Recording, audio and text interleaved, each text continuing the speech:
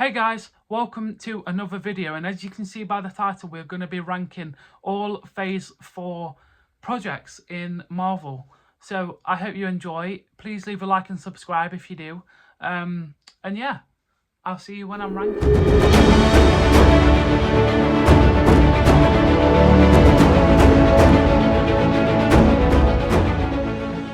So at number 18 we have I Am Groot, because it was just a mini series which was supposed to be funny and fun, but it does show stuff about Groot that we haven't seen before, which I really enjoyed. But yeah, number 18, there's not much to say about it. Number 17 is She-Hulk Attorney at Law. I didn't really enjoy that. I'd been waiting when the She-Hulk series was announced. I was very excited for it. I really like anything to do with the Hulk, really, and having Mark Ruffalo in it as well as the Hulk was really cool, and seeing him as a proper Hulk again when he was throwing the rocks and it just like went into space. I really enjoyed that. But then after that, it just really went downhill. There was that one good Daredevil episode, and then Hulk bringing back his son Scar and setting up that big thing was good. But we haven't seen anything more of that. They've set it up and they haven't done anything with it, which I really makes me not enjoy it even more. And they just kind of make a joke out of this character who's not a joke. Coming in at number 16 is Miss Marvel. Now, I quite enjoyed the start of this series and then the final episode, but everything in between is just it just feels so put together in the wrong way. I don't feel like it really works. But I did enjoy the start, and I do like the character of Miss Marvel, but they just ruin it in Captain Marvel 2. I just didn't enjoy the Marvels at all. But yeah, number 16, Miss Marvel. At number 15 is Black Panther: Wakanda Forever. Now, I have got it this low because I just don't enjoy the Black Panther films. I don't like the character. However, it did have me crying in the cinema at the opening scene of T'Challa dying. And obviously, big sadness when Chadwick Boseman died. But I really just don't enjoy Black Panther. I don't think he's a well-developed character. I don't think the story is developed. Riri Williams was a good aspect.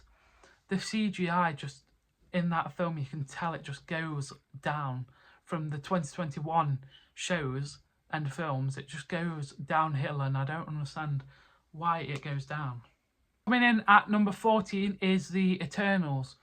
I sort of enjoyed this film, but I also sort of didn't. The fact that Harry Styles was in it at the end, and again, they haven't done anything with him.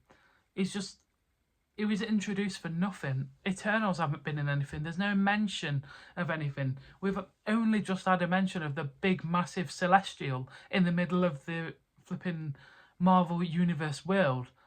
And no one's acknowledged it for 4 years. And it just doesn't make sense. And now they're making this big story of the adamantium. And they just leave it all to the last second. Avengers Doomsday is about to come out, and we don't even know if the Eternals are going to be in it or mentioned at all, and I don't understand why. Coming in at number 13 is Guardians of the Galaxy Holiday Special. Now, this is only meant to be a funny little in-between Guardians 2 and 3, but it was better than a lot of the other stuff that they did that year, that phase. But yeah, I did enjoy it. It was funny when they kidnapped Kevin Bacon and brought him to space, and Peter Quill freaking out. It was pretty good, but it was just that filling in that space in between, which it did work, but it's just not a proper film, is it? Coming in at number 12 is What If. Now, the first season of this from Phase 4, I really enjoyed. And then it just goes downhill. Season 2 was okay. Season 3 is absolute rubbish. Why Captain Carter even is in everything for no reason. She's not even that good. But yeah, season 1 is one of my favourite things ever. The fact that we got proper what ifs, and now we've got Marvel Zombies coming out at some point. But again, they introduced ideas that should be introduced in the MCU. And then they do a couple more seasons and end it with what we could have seen, which is better than the episodes they put on. And it really angers me that we see little snippets of this in the final episode that we didn't see in the whole of 3 series. They had 3 series to do something and they did nothing with it, which is just rubbish. Coming in at number 12 is Hawkeye. Now, I really enjoyed this show. The introduction of Haley Steinfeld's character and bringing Hawkeye back for another thing. But yet again, there's no mention of Hawkeye or Haley Steinfeld's character. I don't understand why there's not, because they're a prominent hero in New York now and they're seen by everyone. And it's just, it doesn't make any sense. And the introduction of Echo and Kingpin being in the MCU was really good. I really enjoyed that aspect. But yeah, Hawkeye at number 11. At number 10, we have The Falcon and the Winter Soldier. Now, I did enjoy this show. The introduction of John Walker, who's just been in Thunderbolts, and he's now really good. The character development between that and Thunderbolts is really, really good. I really enjoy him now. And that menacing scene of him killing that guy on the steps is the first dark Marvel has ever gone. And I really enjoyed all of that series. But yet again, they introduced Falcon as Captain America and we haven't seen him until now, like 3 or 4 years on. And it just doesn't make sense to me that they set these big characters up that everyone really enjoys and don't do anything more with them. At number 9, we have Werewolf by Night. I really enjoyed this special. I watched it when I was ill and it perked me up because it was awesome. The black and whiteness adds to the eeriness of what's going on as well. I really enjoyed it. There's not much else to say, but I hope to see them both again in the future. So yeah. At number 8, we have WandaVision. I really enjoyed all of this. Well, episode 1 and 2 were really slow. Episode 2's ending was awesome, bringing it into the colour. And the introduction of Pietro Maximoff and it's Evan Peters and not Aaron Taylor-Johnson is awesome. Seeing him back from the Fox universe to now in the MCU is awesome. And the only downside was that they made him a joke.